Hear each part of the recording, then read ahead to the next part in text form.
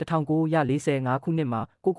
အဆုံးစီရင်ခဲ့တဲ့ဟစ်တလာဟာရုတ်တရက်အချိန်ခီးလွန်ပြီးနှစ်ဆက်တရားစု2014ခုနှစ်ဘာလင်မြို့လေခေါင်မှာပြန်နိုးထလာခဲ့ပါတယ်သူကစစ်ပွဲမပြီးသေးဘူးဂျာမနီအနိုင်ရလူနီးပါပဲလို့ထင်နေတော့ပါလမ်းသွားလမ်းလာကလေးတိုက်ကိုသူ့မြေအောက်စခန်းဘယ်နားမှလဲလို့မေးတော့ကလေးတွေကသူ့ကိုအယူတယောက်လိုပဲသဘောထားပြီးလှောင်ပြောင်းသွားကြပါတယ်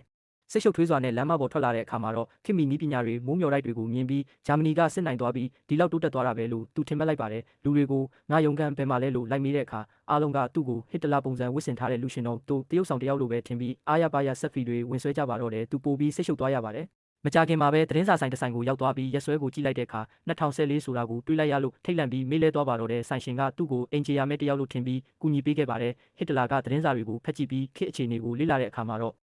ဂျာမနီဟာစစ်ရှုံးခဲ့ပြီးနိုင်ငံလဲပြိုကွဲလက်ရှိကောင်းဆောင်ကလည်းထာဝဖြိုးဖြိုးအမျိုးသမီးကြီးဖြစ်နေတာကိုသိလိုက်ရလို့ဒေါသအကြီးအကျယ်ထွက်ပါတော့တယ်သူ့ရဲ့ဒေါသတွေကိုဖောက်ထုတ်ဖို့နဲ့လူထုကိုပြန်လည်စည်းရုံးဖို့အတွက်ရုပ်တံစီစဉ်တစ်ခုမှာပါဝင်ဖို့ဆုံးဖြတ်လိုက်ပါတယ်ထူးခြားတာကသူစကားပြောတဲ့အခါလူတွေကဒါကိုနိုင်ငံရေးဟာတာတစ်ခုအနေနဲ့ပဲမြင်ပြီးတခွားခွားရေမောကြပါတယ်ဒါပေမဲ့ကြောက်စရာကောင်းတာကသူပြောတဲ့ပြင်းထန်တဲ့အတွေးခေါ်တွေကိုလူအများစုကတဖြည်းဖြည်းနဲ့လက်ခံလာကြပြီးထောက်ခံအားပေးလာကြတာပါပဲဇလန်ကဟာတလူနဲ့လူတွေရဲ့စိတ်နေသဘောထားကိုဝေဖန်ပြထားတာဖြစ်ပါတယ်